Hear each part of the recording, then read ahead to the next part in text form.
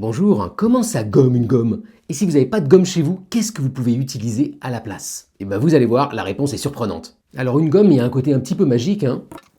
Quand on gomme, ça efface, mais ça marche clairement pas pour un stylo. Et la question c'est pourquoi? Alors déjà, si on va voir avec un microscope ce qui se passe quand on écrit avec un stylo, ça fait ça. En fait, l'encre, elle va imbiber le papier. Alors que quand on écrit au crayon à papier, ça fait ça. En fait, le crayon à papier, il est en graphite.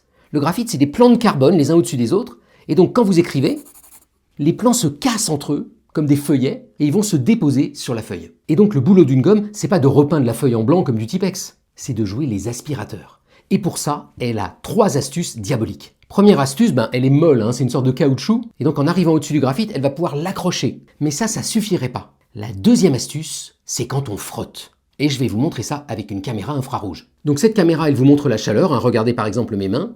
Et regardez maintenant ce qui se passe quand je gomme.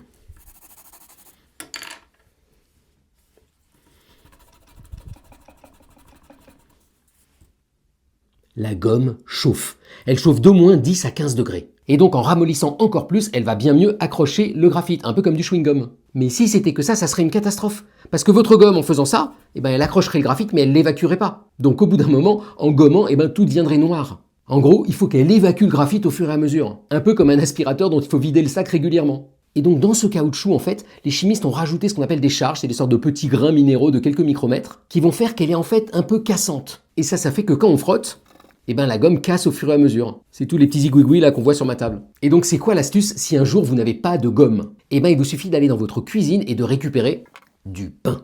Démonstration. Vous prenez la mie du pain, vous faites une petite boule et vous frottez. Essayez chez vous, vous allez voir, ça marche assez bien.